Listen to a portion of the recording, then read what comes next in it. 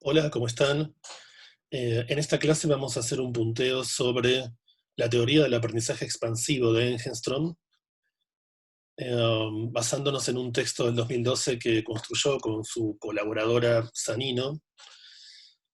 En este texto, este autor, Engenstrom, va a comparar a la teoría del aprendizaje expansivo con otras teorías del aprendizaje por procesos. Entonces vamos a hacer un punteo del enfoque que el autor presenta y de algunas de las teorías con las que compara su propio enfoque, ¿sí? En principio es importante tratar de ubicar a la teoría del aprendizaje expansivo dentro de otras teorías del aprendizaje, cómo la podríamos ubicar, ¿sí? Esta primer placa o este diagrama lo que intenta es hacer no una clasificación exhaustiva de todas las teorías del aprendizaje, pero como una forma de un iniciador articulatorio para aclarar algunos puntos, ¿sí? En general, uno puede encontrar que muchas teorías del aprendizaje han principalmente entendido este fenómeno como cambios que suceden a nivel individual, ¿sí? Cambios en las conductas, producto, ¿sí?, de la exposición a un ambiente particular. Esos cambios se pueden comprender como cambios comportamentales, como lo ha hecho el conductismo, o como ciertos cambios en estructuras internas, por ejemplo, esquemas de memoria, como lo propone el cognitivismo clásico, ¿sí? Esta forma de entender el aprendizaje como cambios que están sucediendo a nivel individual ha sido la forma más dominante y sigue siendo de alguna forma una de las formas más dominantes de entender el aprendizaje, ¿sí? Eh, Otros enfoques, en cambio, sin negar que exista un nivel de análisis de cambios individuales, consideran que el aprendizaje se puede explicar de otras formas también. Por ejemplo, en el enfoque de Vygotsky, el aprendizaje está permanentemente entramado en prácticas educativas, ¿sí? Es un fenómeno de doble cara entre enseñanza-aprendizaje, que de alguna manera se expresa por este término en ruso, ¿sí?, obuchenie, con lo cual, si yo quiero comprender el aprendizaje, no puedo separarlo de ciertas prácticas educativas en las cuales ese sujeto se encuentra inmerso. Y principalmente esas prácticas educativas pueden, en ciertas circunstancias, traccionar desarrollo, una idea que trabajarán la semana que viene con el profesor Mayol. También es cierto que puedo pensar que el aprendizaje se puede explicar principalmente como cambios en los modos de participación comunitaria, que en algún punto guarda relación con este enfoque, pero también alude a ciertos modos de cambios en la participación sin el traccionado o el guionado explícito de la situación típicamente escolar, ¿sí? Autores de orientación neovigosquiana en un punto y otros antropólogos que han estudiado fenómenos de aprendizaje en comunidades en las que no hay escuela, les ha interesado ciertos fenómenos en donde el sujeto no está siendo traccionado de una manera explícita por el par más capaz, ¿sí? Entonces presentan otros modelos para poder explicar el aprendizaje que no utilizan el constructo de zona de desarrollo próximo, ¿sí? No se guían por ese principio. Bien, la teoría del aprendizaje expansivo de Engenstrom es una teoría de orientación neovigosquiana que está entendiendo un tipo particular de aprendizaje que vamos a verlo como donde lo que principalmente se modifica son eh, las praxis que se construyen dentro de una actividad con vistas a expandir el objeto de una actividad, ¿sí? Vamos a ver esto más en detalle. Pero en principio, de este diagrama sí me importa que entiendan que quizás lo más importante es el adverbio principalmente, ¿sí? Es decir, ninguna de estas teorías negaría en un punto otros componentes o variables que impacten en el aprendizaje, pero principalmente se enfocan en ciertos aspectos específicos, ¿sí? Aunque es cierto, insisto, que la posición de sostener el aprendizaje como un cambio individual sigue siendo la forma dominante y también la forma más intuitiva de pensar aprendizaje, ¿sí? Estos modos o estas formas de entenderlo en algún punto a veces eh, rompen con este dualismo, ¿sí?, individuo-sociedad en un punto, y suelen ser a veces más difícil de comprenderlos. Bien, el propio autor, o sea, el propio Engenstrom, hace una distinción de distintos tipos de aprendizaje que se producen en el campo laboral. Es decir, a él le interesa un tipo particular de aprendizaje, que lo va a llamar expansivo, pero comprende que existen otros tipos de aprendizaje también, que todos estos cuatro se pueden dar en un contexto laboral, por ejemplo, ¿sí? En esta matriz lo que él encuentra, bueno, lo que él está ubicando es por un lado un eje horizontal donde yo puedo establecer la discusión si el aprendizaje está sucediendo en actividades existentes o si está orientada hacia actividades futuras. Y un eje vertical en el cual se está discutiendo si estoy explotando conocimiento existente o si en cambio yo estoy explorando nuevo conocimiento. Con esta matriz yo tengo estas cuatro dimensiones del aprendizaje, ¿sí? Entonces, ¿por qué él sitúa al aprendizaje escolar tradicional en este cuadrante? Bueno, porque de alguna manera eh, una parte, no total, pero una parte de las prácticas de aprendizaje escolar claramente están orientadas hacia el futuro, ¿sí? Imagínense, por ejemplo, una nena de 11 años que en un quinto grado la maestra de biología le está enseñando fotosíntesis. Entonces, ella tiene un manual, ¿sí?, donde explica la fotosíntesis, por eso es conocimiento existente. Ella copia el diagrama de cómo sucede la fotosíntesis en su cuaderno, la alumna, ¿sí? Y la profesora de biología le dice que todo esto va a ser útil para un día en el futuro, cuando esta información sobre la fotosíntesis sea relevante para alguna actividad futura, ¿sí?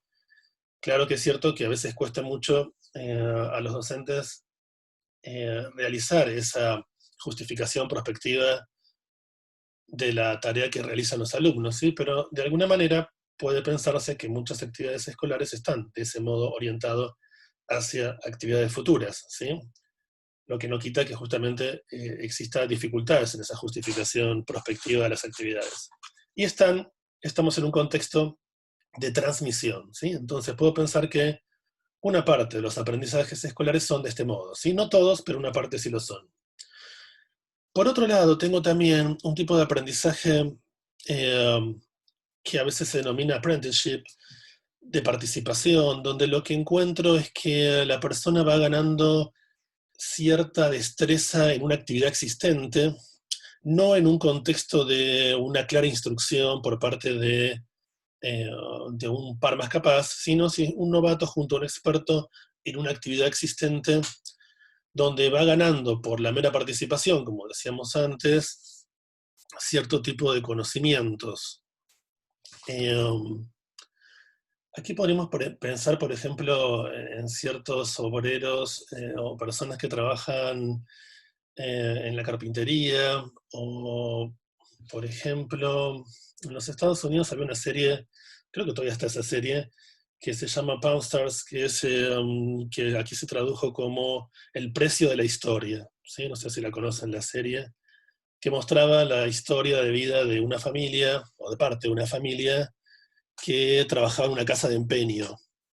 Entonces tenías al viejo Harrison y a su hijo y a su nieto y al amigo de su nieto, y los cuatro trabajaban en esa casa de empeño, ¿sí?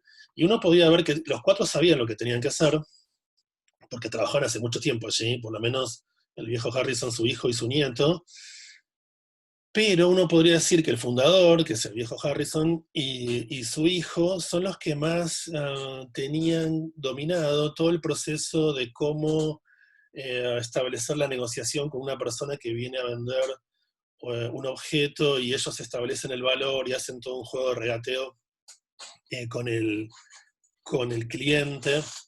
Y uno puede ver que el nieto del viejo Harrison y su amigo, que son las personas más, los novatos, digamos, están aprendiendo eh, a parte de ese oficio, aunque ya trabajan hace muchos años también, pero no lo están haciendo de un modo eh, bajo un tipo de instrucción formal, ¿se entiende?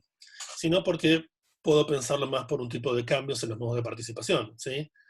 De hecho, lo que mostraba la serie, me importa la serie porque me importa el ejemplo porque la serie es real, o sea, realmente no son actores, ¿sí? Eh, el viejo Harrison murió, entonces vos ves cómo el hijo asume el control del negocio y va cambiando sus modos de participación con respecto a su propio hijo y al resto de los empleados que después tienen que contratar, porque como la serie fue muy exitosa, la empresa creció y tuvieron que contratar, el negocio creció, ¿no? Y tuvieron que contratar más empleados. Pero bien, uno puede ver cómo una persona que domina cierto conocimiento, aún así hace ajustes dentro de ese conocimiento, ¿sí? O puedo pensarlo también a veces en un ajedrecista que conoce todas las estrategias, pero hace ciertos ajustes.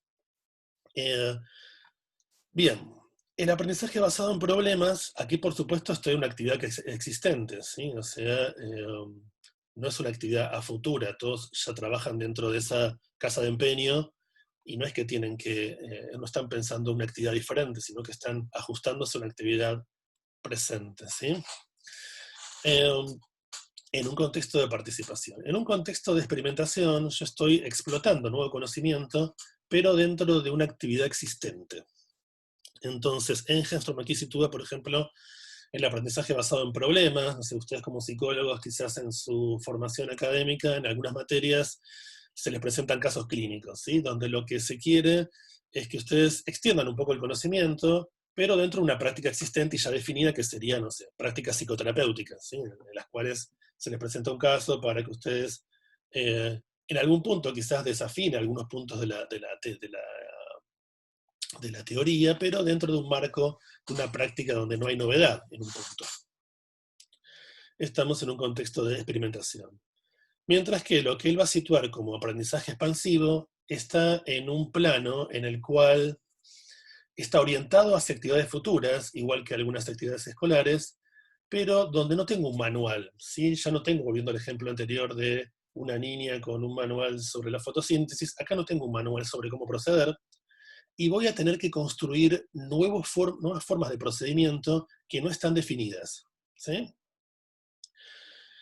Lo que va a sostener Engenstrom es que el aprendizaje expansivo en algunos momentos de su desarrollo incorpora a veces en sus fases, ¿sí?, algo de estos tres tipos de aprendizaje, pero claramente tiene una orientación diferente, justamente es más incierto en un punto, porque es sobre un conocimiento nuevo y para una actividad nueva.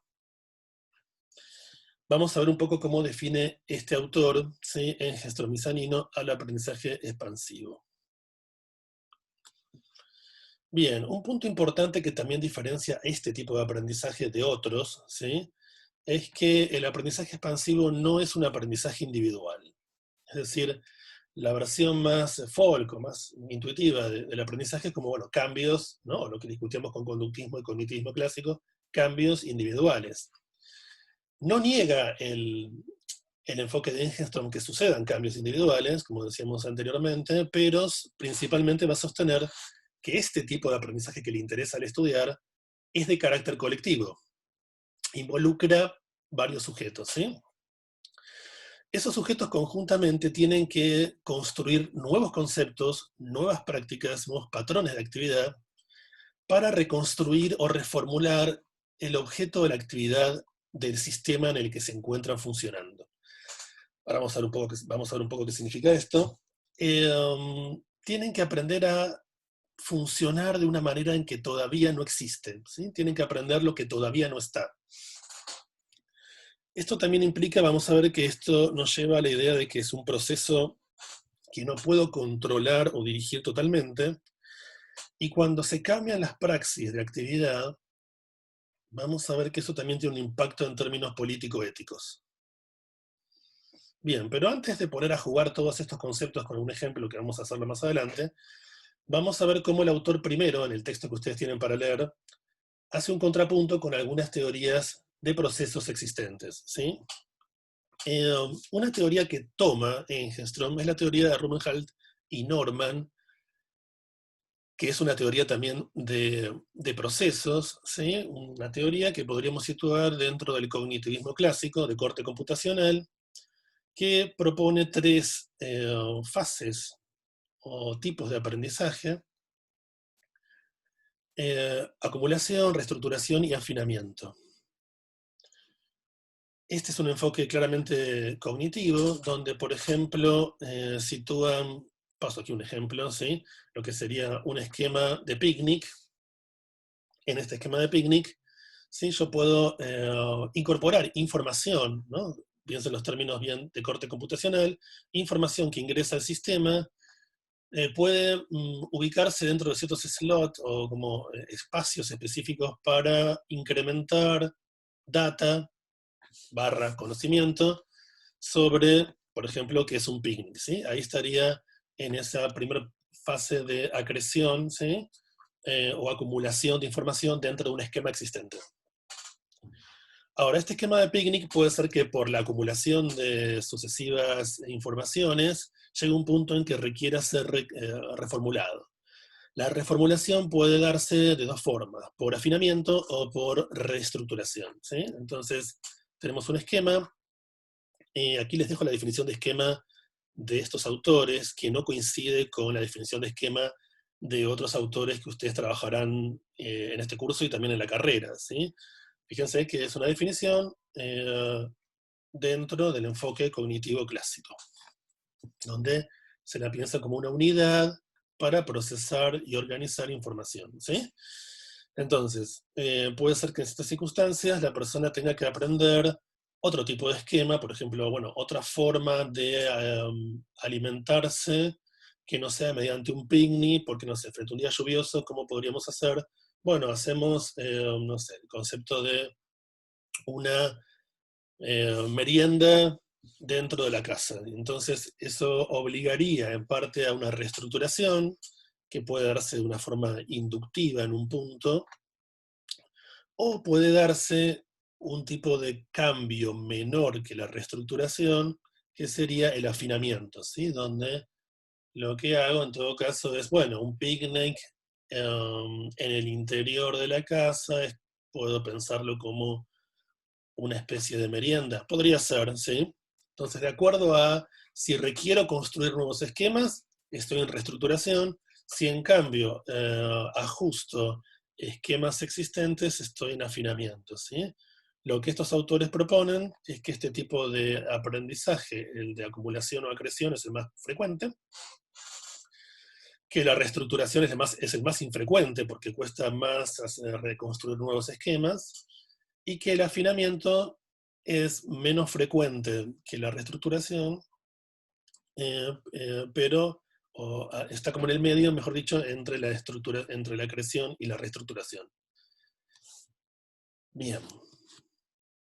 Esto sí, dentro del enfoque cognitivo de corte computacional. Entonces, van a ver que en el texto Engelstrom retoma esta idea de cómo estos autores presentan los momentos en que se van sucediendo estas tres fases, que no tienen por qué ser primero una, después otra y después otra, pero que de alguna manera esta teoría de procesos para Engelstrom tiene la dificultad de presentar estas fases como universales, ¿sí? Y como de alguna manera un tanto desgajadas de los procesos de instrucción, ¿sí? Van a ver que él presenta mínimamente este enfoque y después hace algunas críticas a contraste de su enfoque y el enfoque de Davido. Otro enfoque que también toma Engelstrom es el enfoque de Cole, que también está suponiendo distintas fases en el aprendizaje, aunque para Engelstrom esta teoría parece ser una teoría más de los tipos de aprendizaje y no de fases.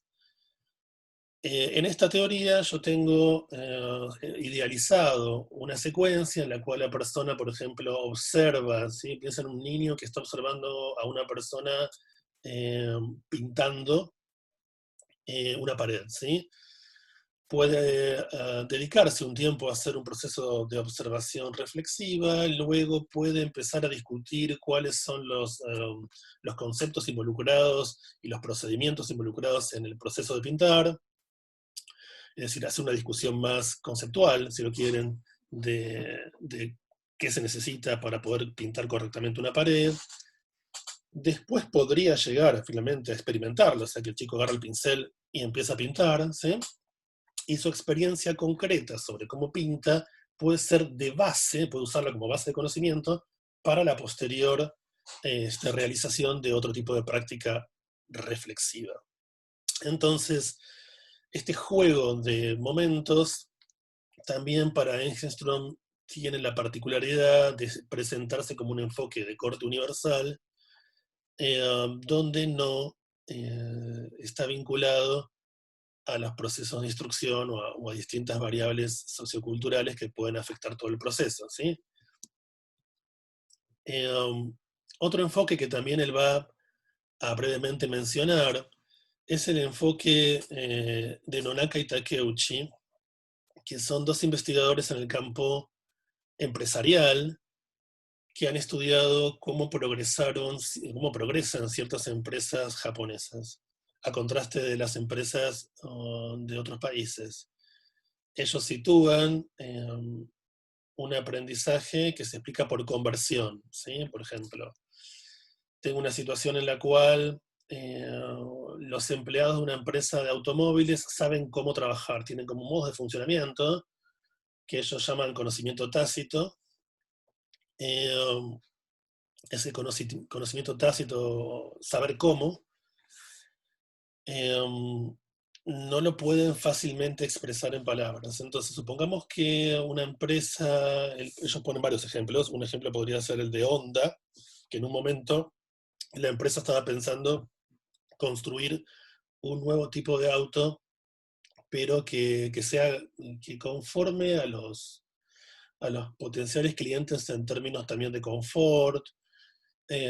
Honda estaba haciendo autos cada vez más pequeños y la idea de hacer un auto pequeño en términos de largo, que no sea como un sedán, pero que tenga el confort, eh, que la persona no se siente encerrada dentro del auto. Bueno, la idea de hacer un auto con un techo más alto, bajo un concepto de esfera, empiezan entonces los empleados son de alguna manera orientados a participar de ciertas actividades que incluso son por fuera de la empresa. Por ejemplo, van a un hotel un fin de semana y ese tipo de actividades son propulsadas por la empresa porque saben que en ese tipo de escenario pueden empezar los empleados a empezar a externalizar cierto conocimiento tácito que tienen sobre los modos en que ellos creen que debería construirse un auto, ¿sí?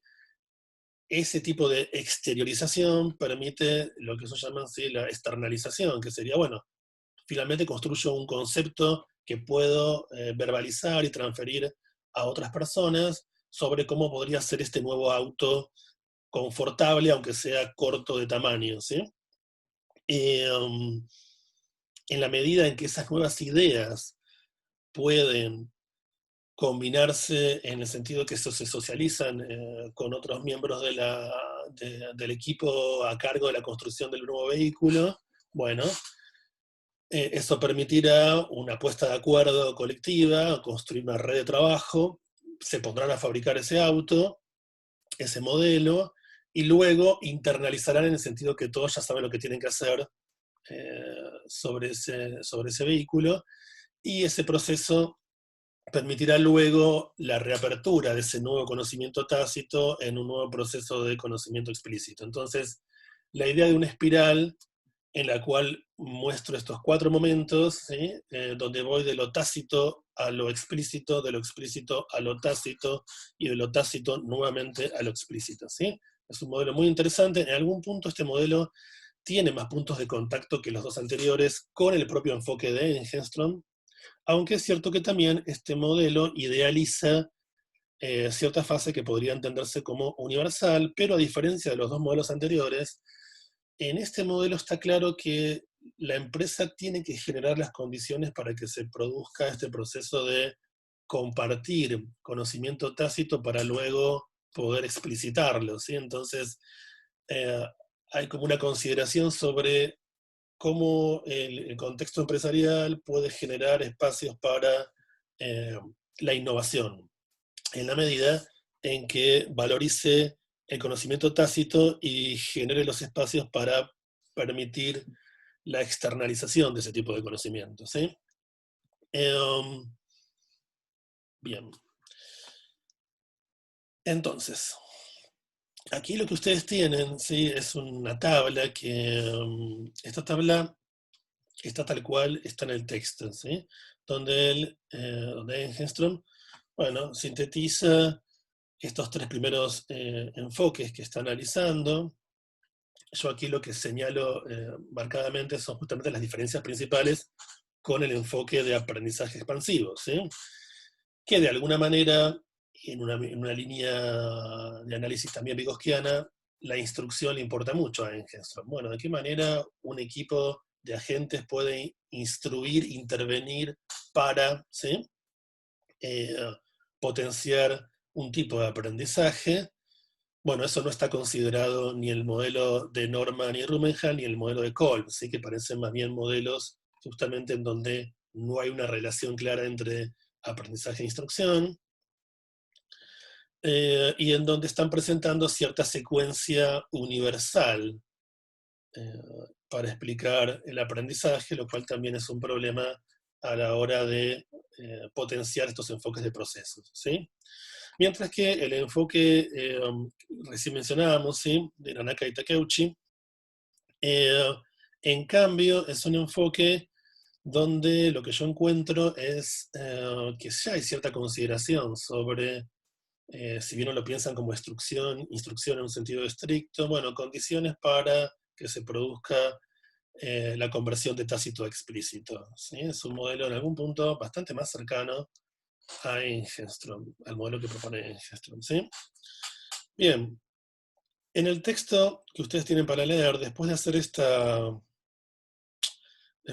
esta pequeña como punteo de los enfoques que él está tomando para contrastar, él pasa a situar su propio enfoque, que a su vez recupera, o sea, Engenstrom reconoce que su enfoque recupera aportes de Davidov, ¿sí? Que es un investigador que ha trabajado aprendizaje, pero también lo ha hecho en contextos áulicos, ¿sí?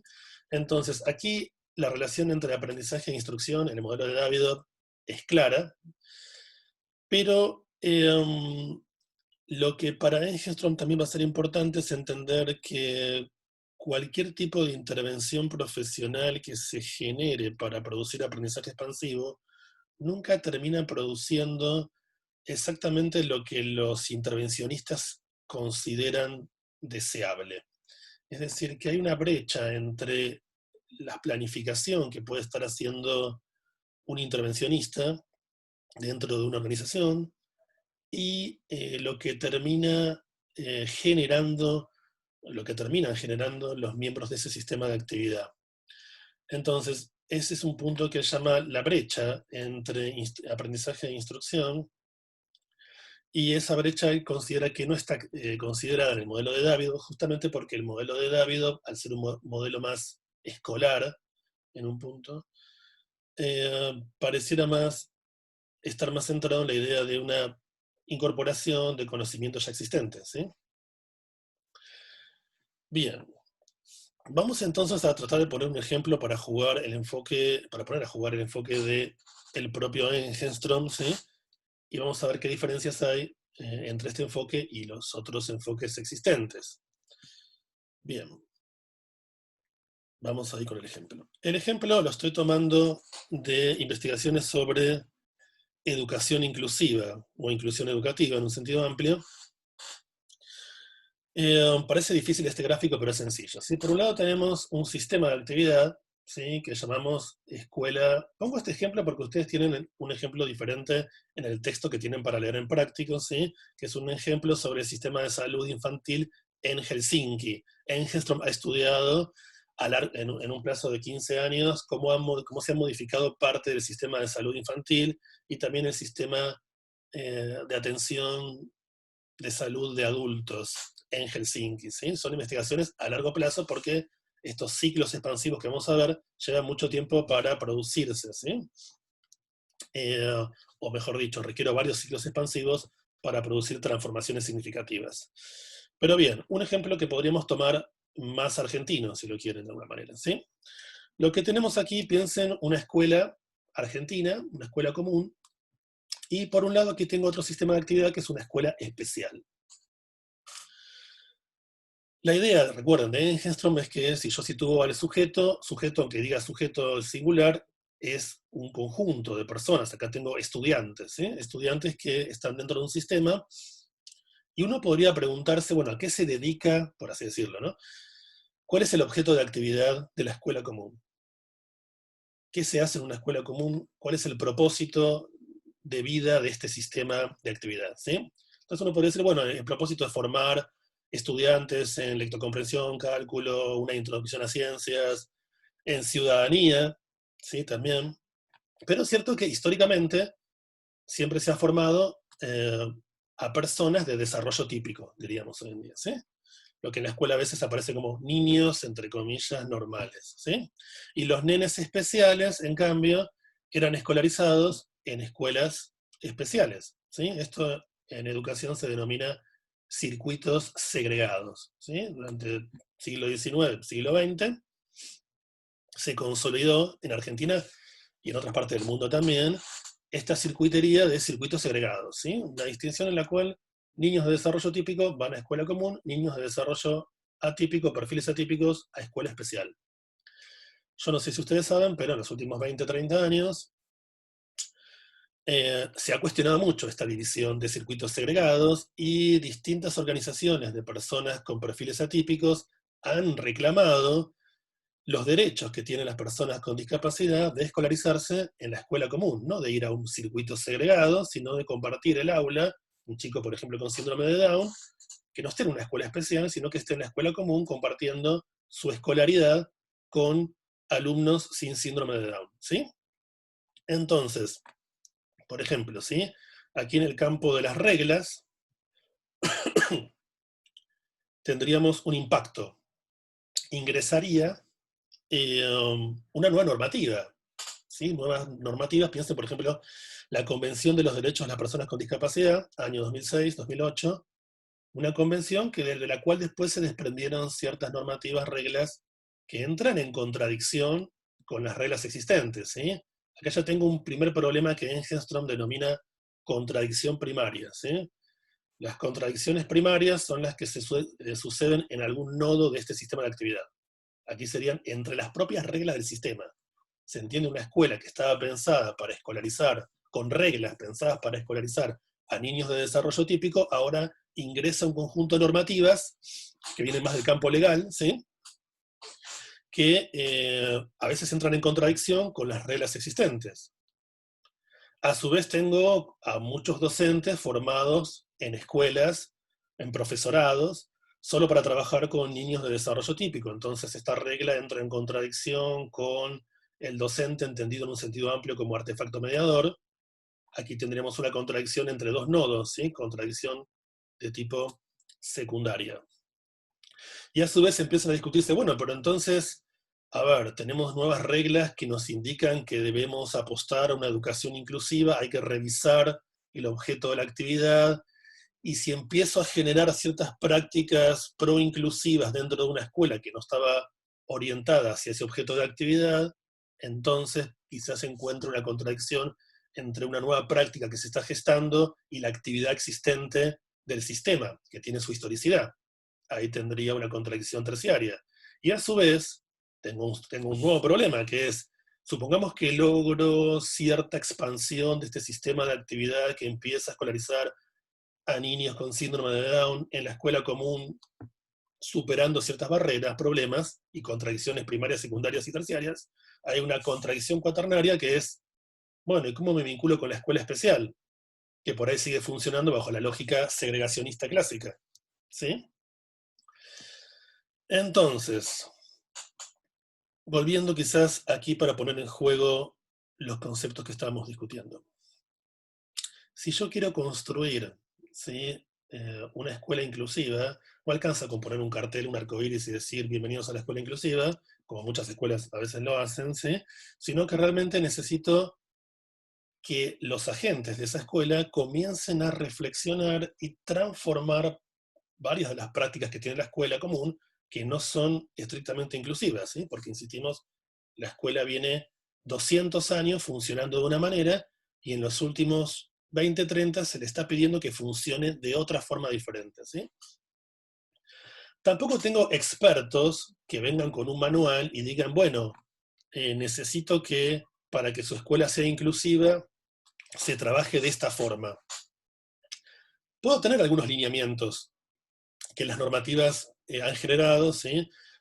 ciertas praxis que en algunas escuelas están funcionando. Entonces la maestra integradora viene con un kit de herramientas para promover la integración de un niño con síndrome de Down.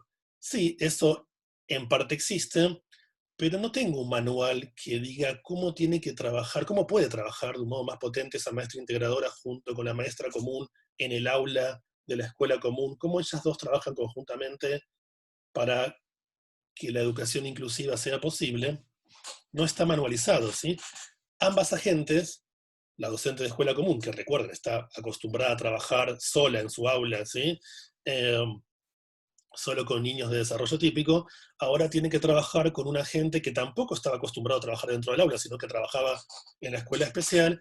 Tienen que generar un nuevo tipo de praxis que no está, ¿sí? Por eso tienen que construir algo que todavía no está, de lo cual no tengo un manual, ¿se entiende?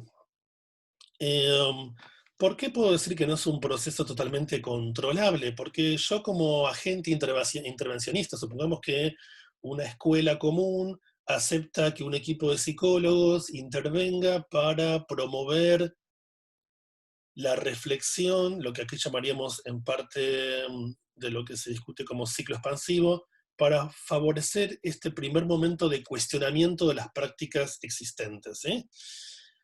Si bien yo puedo tener como cierto guión como intervencionista de a dónde quiero que llegue la nueva escuela inclusiva, no tengo tan en claro de qué manera lo va a lograr y qué tipo finalmente de prácticas de praxis se van a construir allí, ¿sí?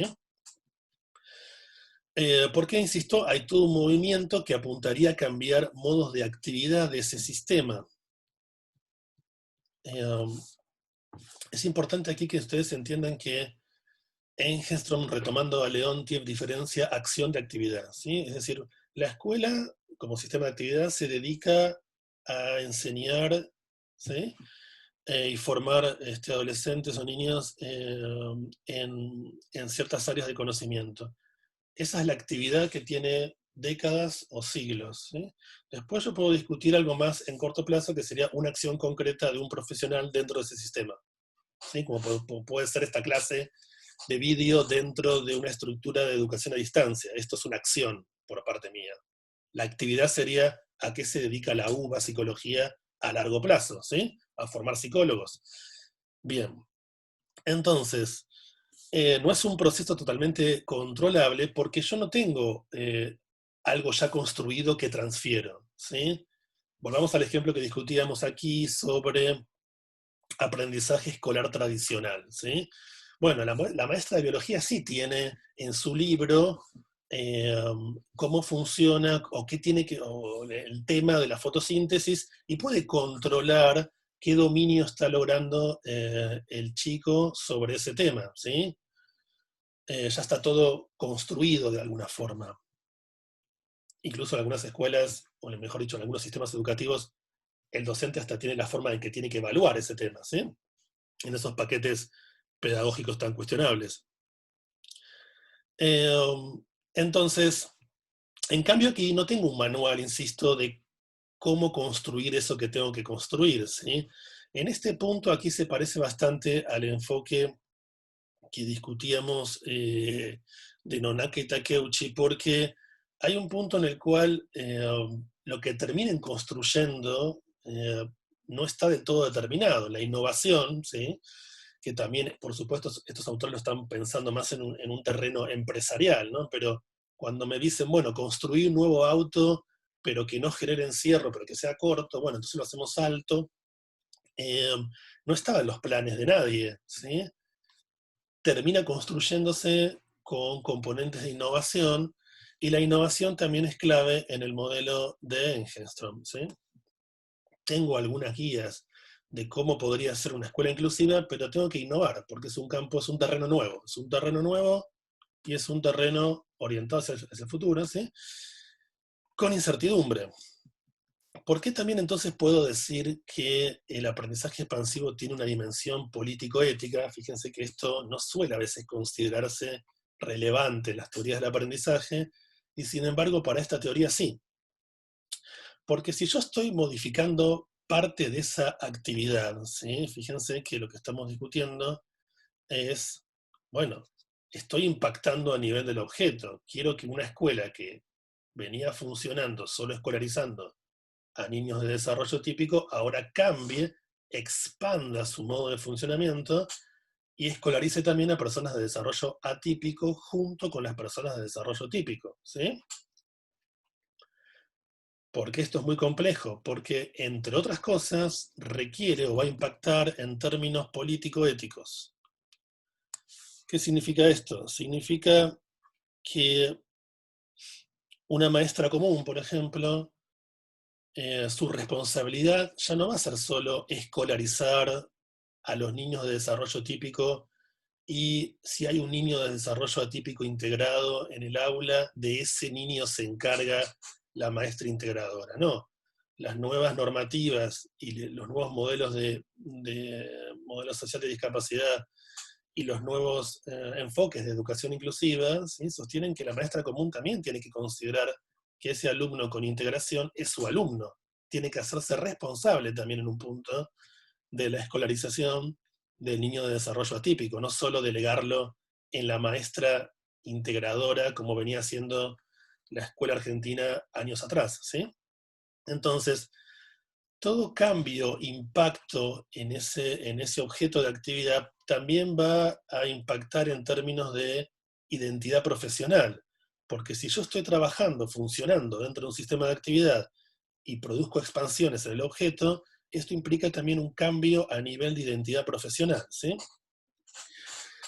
Que aquí los autores también vinculan esto con el concepto de agencialidad transformadora, ¿sí? Ese es un concepto interesante que aparece en los últimos textos de Engelstrom, donde la idea de que el aprendizaje siempre tiene una dimensión en la cual el estudiante, o en este caso sería el profesional, el docente, quiere sentir propio el proceso de aprendizaje, ¿sí? Entonces, va a lograr esa agencialidad transformadora cuando pueda participar del proceso de transformación hacia la educación inclusiva y no sea simplemente como una normativa que le llega, ¿sí?, del ministerio para que aplique ciertos criterios de procedimiento, ¿sí? Es muy diferente de agenciarse como autor y actor del cambio.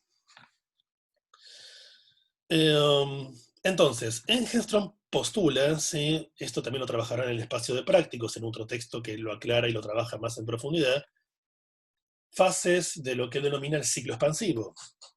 Ahora, tienen que entender que esto también podría, este tipo de fases, podría correr el riesgo de comprenderse de modo universal también, ¿sí? Porque cuando uno presenta este tipo de fases, como también lo hicieron otros autores, ¿sí?, como lo hicieron aquí también Rumenhall y Norman, o el propio Cole, o también Nonaka y Takeuchi, también podría caer en un tipo de enfoque universal si pensara que en toda situación de expansión se produce esto, y siguiendo cada uno de estos pasos, ¿sí?, o fases.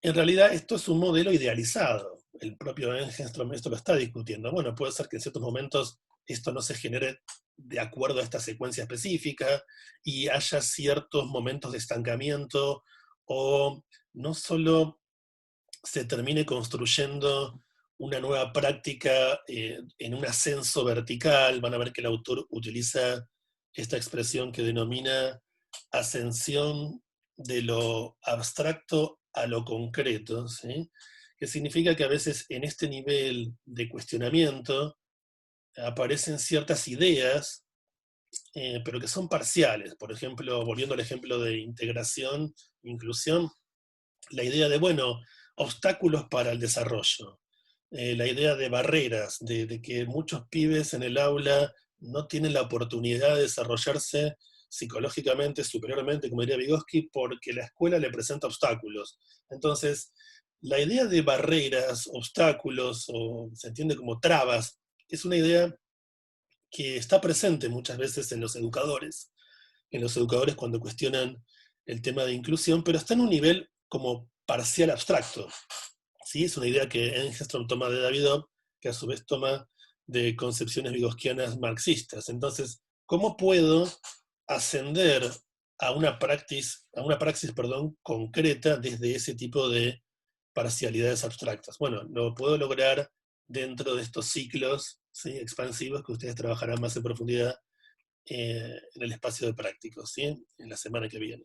Pero es interesante esta idea de que muchas veces tengo ciertos conceptos, fíjense que acá discutíamos, tengo la Convención de los Derechos de las Personas con Discapacidad, tengo un montón de normativas que impulsan a la escuela es común a transformarse en una escuela inclusiva. Pero eso no significa que se logre, ¿se entiende? Porque no garantiza la expansión. Porque luego tengo que ver cómo estas personas que están dentro de este sistema, que venían trabajando con un paradigma muy diferente, ¿sí?, por circuitos segregados, tienen que comenzar todo un proceso de cuestionamiento, como diría aquí Engelstrom, ¿sí?, en la primera fase, de ese modo de funcionamiento. Esto es clave y este nivel de cuestionamiento no está presente en el enfoque de Davido, ¿sí?, porque justamente el enfoque de Davido es un enfoque más escolar, donde el estudiante incorpora un conocimiento ya construido. Pero aquí, para poder construir nuevas praxis, tengo que cuestionar las praxis existentes, ¿sí? Por eso tampoco con capacitación docente no logro una escuela inclusiva, porque esa capacitación debería estar entroncada en un proceso de reflexión sobre las praxis existentes. A veces, algunos cursos de capacitación en parte apuntan a esto, ¿sí?, pero no siempre logro un proceso de cuestionamiento. Lo que hace Engelstrom, que también van a trabajar en el espacio de prácticos, es generar un tipo de dispositivo que él llama laboratorio del cambio, ¿sí?, donde junta a distintos profesionales de un sistema de actividad y los pone a discutir para que se produzca esto, ¿se entiende? Porque esto no se produce espontáneamente. Entonces requiero muchas veces unir a personas que a veces están como un poco disgregadas dentro de un sistema, o que incluso a veces están trabajando en sistemas diferentes, ¿sí? Hay un concepto que también utiliza Engelstrom, que es el concepto de networking, ¿sí?, que sería como nodos, como nudos, mejor dicho, de trabajo, porque tengo que anudar a personas que en realidad están trabajando en dos sistemas diferentes de actividad, ¿sí? Por ejemplo, la maestra integradora en realidad, no sé, proviene de un centro terapéutico privado, ella reporta a una supervisora de integración, esa supervisora casi nunca interactúa con la maestra, con la psicóloga del equipo de orientación de la escuela, ¿sí? Porque son dos agentes en, ¿sí?, dos profesionales trabajando en sistemas de actividad diferentes. Están unidos por el proceso de integración de un chico con un perfil atípico, pero en sí están trabajando en sistemas diferenciados. Bueno, tengo que crear esos nudos de trabajo para coordinarse un trabajo que no siempre es difícil lograr esa coordinación, que a veces también se llama coordinación interagencial, ¿sí? Dos agentes en distintos sistemas de actividad, no dentro del mismo sistema, sino en sistemas separados. Entonces, puede existir la tentación a pensar a estos ciclos como ciclos también universales, entiéndose que toda expansión se logra por estos ciclos. El propio Engelstrom dice, bueno, para superar esta tendencia a veces a presentar teorías del aprendizaje por procesos como si fuesen universales, tratemos de jugar a poner a comparar teorías, ¿sí?, para poder ver sus diferencias y para no caer en concepciones universales. Es decir que lo que es importante aquí, también quiero con esto destacar, es que esta teoría del aprendizaje expansivo funcionaría para explicar ciertos procesos de transformación profesional en ciertas instituciones en las que, por distintas demandas, se requiere este tipo de transformación. Esto no significa que todos los sistemas de actividad requieran este tipo de transformación. Otros sistemas de actividad más institucionales, empresariales, quizás se ajuste mejor al modelo de Nonaka y Takeuchi. Entonces, por eso volveríamos aquí a la primera placa, ¿sí? No estoy queriendo decir con esto, justamente lo que estamos tratando de comprender, es que no está tratando Engelstrom de explicar todos los procesos que suceden en una organización, ¿sí? A él le interesa cierto tipo de aprendizaje en el cual justamente no existe un conocimiento previo que organice totalmente la praxis, sino que requiere la construcción de nuevos modos de funcionamiento, ¿sí? Piensen que hoy en día hay un montón de organizaciones que por las demandas sociales o comerciales tienen que empezar a funcionar de un modo diferente. Por ejemplo, piensen, no lo sé, la industria discográfica. Si la forma en que se comercializaban discos en el siglo XX ya no funciona.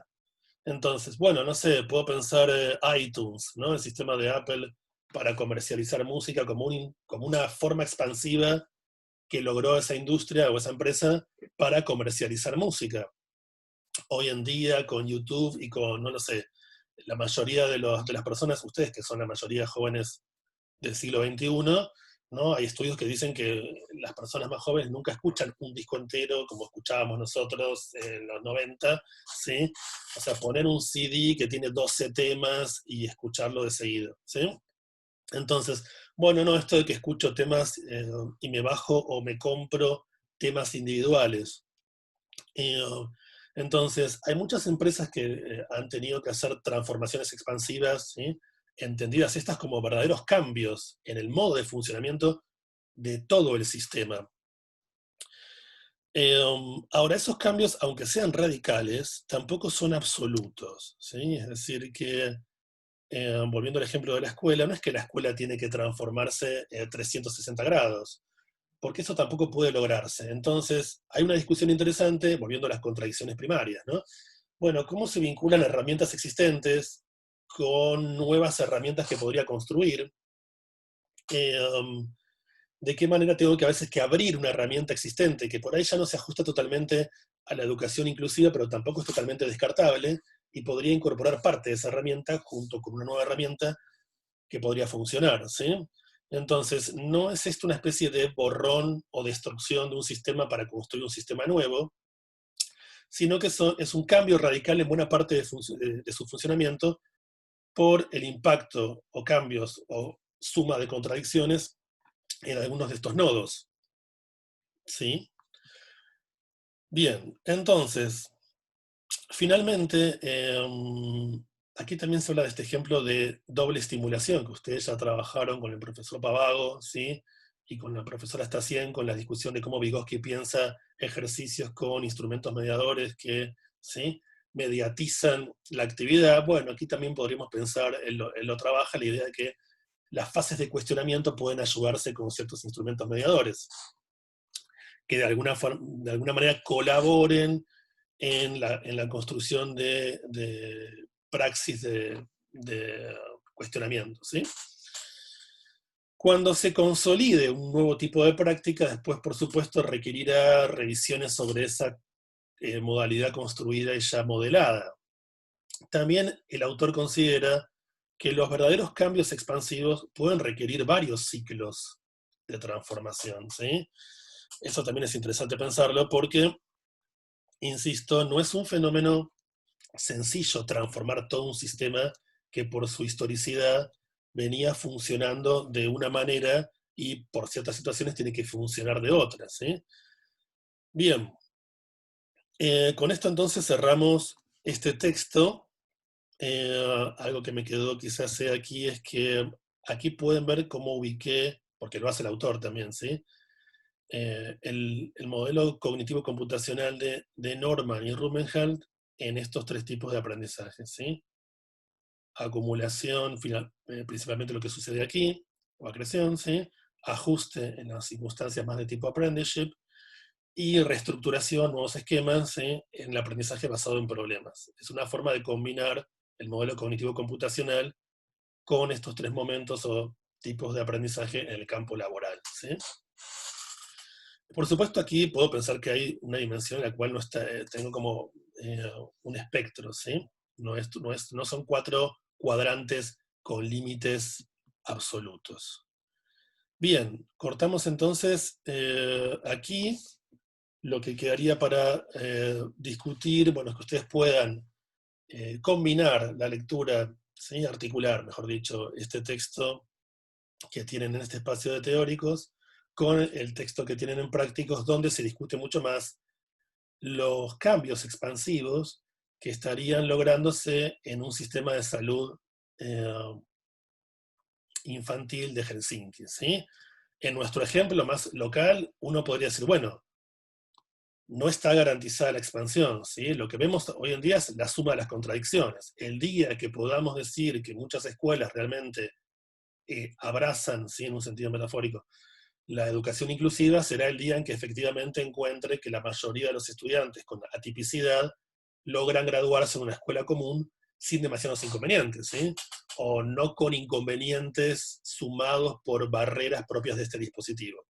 Como estamos un poco lejos de eso, queda planteado solo como un ejemplo para que ustedes entiendan lo difícil que es lograr expansiones en los sistemas de actividad. En el ejemplo que ustedes van a trabajar sobre el sistema de salud infantil de Helsinki, también está ese problema. Bueno, quizás se logre la expansión si se encuentra una forma para efectivamente mejorar el seguimiento de ciertos pacientes crónicos que van muchos años a un hospital. Y los hospitales en general no están preparados para ese tipo de pacientes crónicos. Bueno, en eso está trabajando Engelstrom, ¿sí? Pero me parece interesante entender que este tipo de aprendizaje presenta un montón de dificultades para que se logre, porque los sistemas de actividad son sistemas que más bien tienden a cierta estabilidad y que no siempre es sencillo producir estas modificaciones, más en un tipo de aprendizaje, insisto, que vuelvo a este punto, no nace de un sujeto, sino que requiere la coordinación de muchas personas para que conjuntamente acepten que hay un conjunto de contradicciones que es necesario tratar para poder cambiar, ¿sí? Bueno, hasta aquí llegamos, espero que les haya sido funcional este punteo del texto y nos estamos viendo en otro momento. Hasta luego.